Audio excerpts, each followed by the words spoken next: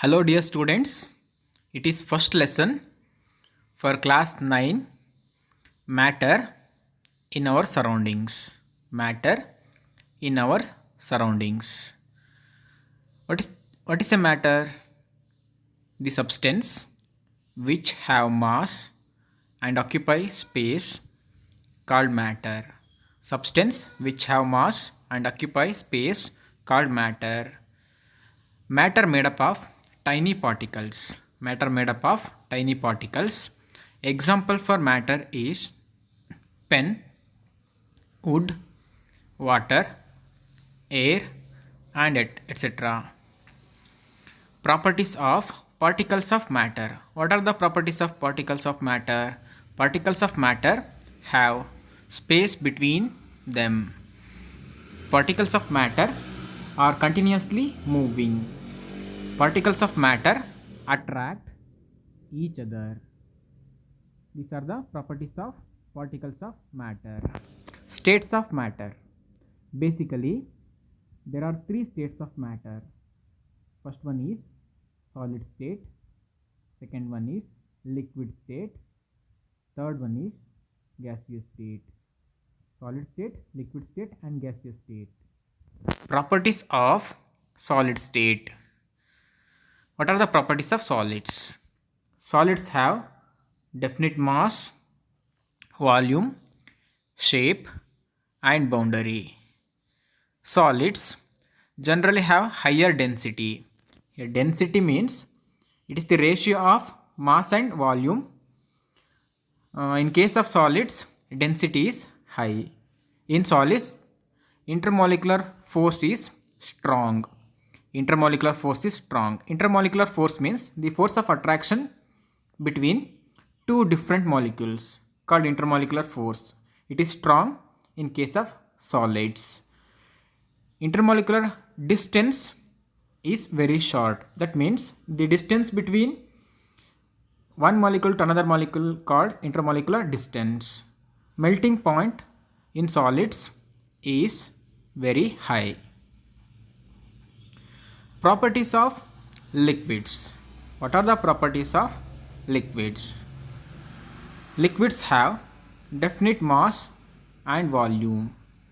Liquids do not have definite shape, but they occupy shape of the container. Liquids do not have definite shape, they occupy shape of the container. Intermolecular force is less than solids. Intermolecular distance is greater than solids. They are uncompressible. It is not incompressible. They are uncompressible. We cannot able to compress liquid. They have definite mass and volume. Liquids do not have definite shape. They occupy the shape of the container. Intermolecular force is less than solid. Intermolecular distance is greater than solid. These are the properties of liquids. Then what are the properties of gases? Properties of gases. No definite shape and volume. For gases, there is no definite shape and volume. They are highly compressible. We can compress the gases. For example, the LPG which you are using in our home for cooking purpose, which is compressed, highly compressed in a cylinder. Density is very less compared to solids and liquids. In gases, density is high. Intermolecular distance in gases is very high. Intermolecular force is very less. LPG and CNG. LPG, liquefied petroleum gas. It is the mixture of propane and butane which is used in our home for cooking purpose. CNG, compressed natural gas which is used as a fuel for vehicles. LPG and CNG. Fusion, the process of conversion of solid into liquid called fusion. The process of conversion of solid into liquid called fusion. Solidification, the process of conversion of liquid into solid called solidification. The process of conversion of liquid into solid is solidification. Vaporization. The process of conversion of liquid into gas called vaporization. The process of conversion of liquid into gas called vaporization. Condensation. The process of conversion of vapors into liquid called condensation. The process of conversion of vapors into liquid called condensation. Sublimation. The process of conversion of solids directly into gases called sublimation. Process of conversion of solid to gas is sublimation. Deposition. Process of conversion of gas to solid is called deposition. It is inverse of sublimation. Process of conversion of gas to solid called deposition. Melting point and boiling point. What is melting point? The temperature at which substance starts to melt called its melting point. The substance at which substance starts to melt called melting point. Boiling point. The temperature at which substance starts to boil called boiling point. Latent heat of fusion. The amount of heat energy required to change 1 kg of solid into liquid at its melting point called latent heat of fusion. So observe here. So to change solid into liquid, minimum amount of energy is required. The amount of energy is required to change 1 kg of solid into liquid at its melting point called latent heat of fusion. Fusion means the process of conversion of solid into liquid. The energy required to convert 1 kg of solid into liquid at its melting point called latent heat of fusion. Similarly, latent heat of vaporization. The amount of heat energy required to change 1 kg of liquid to gas at atmospheric pressure at its boiling point called latent heat of vaporization. Here also, to change liquid into gaseous state, some amount of energy is required. That energy is called latent heat of vaporization. Latent heat of fusion and latent heat of vaporization. See one more time. The process of conversion of solid into liquid is fusion. Liquid into solid is solidification. Liquid into gas is vaporization. Gas into liquid is condensation. Solid into gas is sublimation. Gas into solid is deposition. Can matter change its state? Yes, matter can change its state due to change of temperature and change of pressure. We can change state of matter by changing its temperature and pressure. For example, state of water at 0 degree Celsius is solid.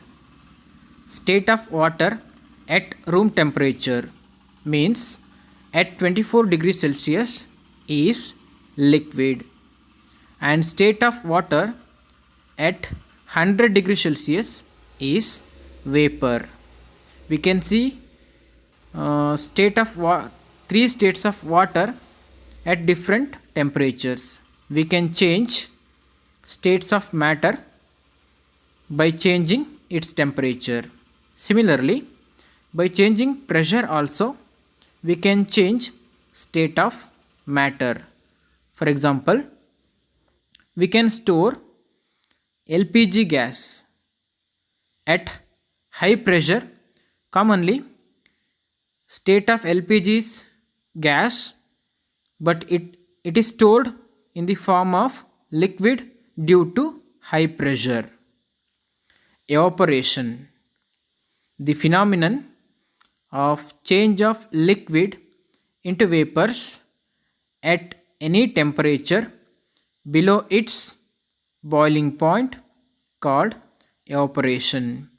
The phenomenon of change of liquid into vapors at any temperature below its boiling point, called evaporation.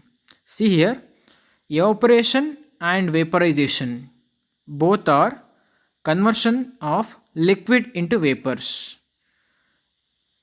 Evaporation takes place below its boiling point, but vaporization takes place at its boiling point. The phenomenon of change of liquid into vapors at any temperature below its boiling point, called evaporation. Factors affecting evaporation. First one is surface area. By increasing surface area, rate of evaporation is increases. By increasing surface area, rate of evaporation is increases. Second one is temperature. By increasing temperature, rate of evaporation is increases. Third one is speed of wind. By increasing speed of wind, rate of evaporation increases. By increasing speed of wind, rate of evaporation increases. Humidity. Humidity means the amount of water particles which present in the atmosphere, called humidity. By increasing humidity, rate of evaporation is decreases.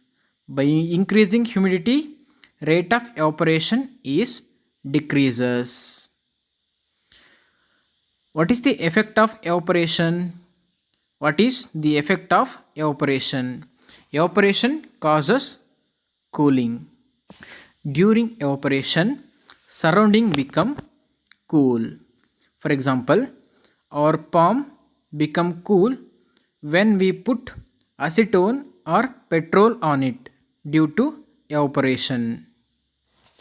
During evaporation, the liquid particles absorbs heat energy from the surrounding. Therefore, surrounding become cool during evaporation. The effect of evaporation is evaporation causes cooling. During evaporation, surrounding become cool due to loss of heat energy. How does evaporation causes cooling? Same here also. During evaporation, particles of liquid absorbs heat energy from the surroundings. We know that for evaporation or for vaporization, latent heat of energy is required. Liquid particles absorbs heat energy as a latent heat, therefore it causes cooling. Why we should wear cotton cloths during summer? Why we should wear cotton cloths during summer? Cotton being a good absorber of water, which absorb sweat and expose it to the atmosphere for easy evaporation. Evaporation causes cooling, which help to keep our body cool. Cotton being a good absorber of water, which absorb sweat and expose it to the atmosphere for easy evaporation. Evaporation causes cooling, which help to keep our body cool. We know that evaporation causes cooling. Here cotton cloths expose sweat for easy operation.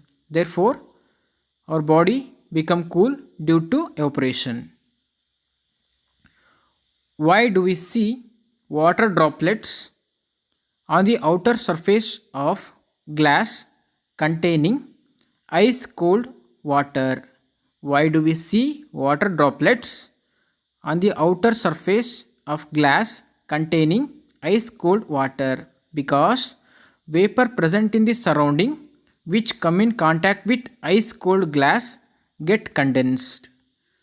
Therefore, we can observe water droplets on the outer surface of the glass containing ice cold water.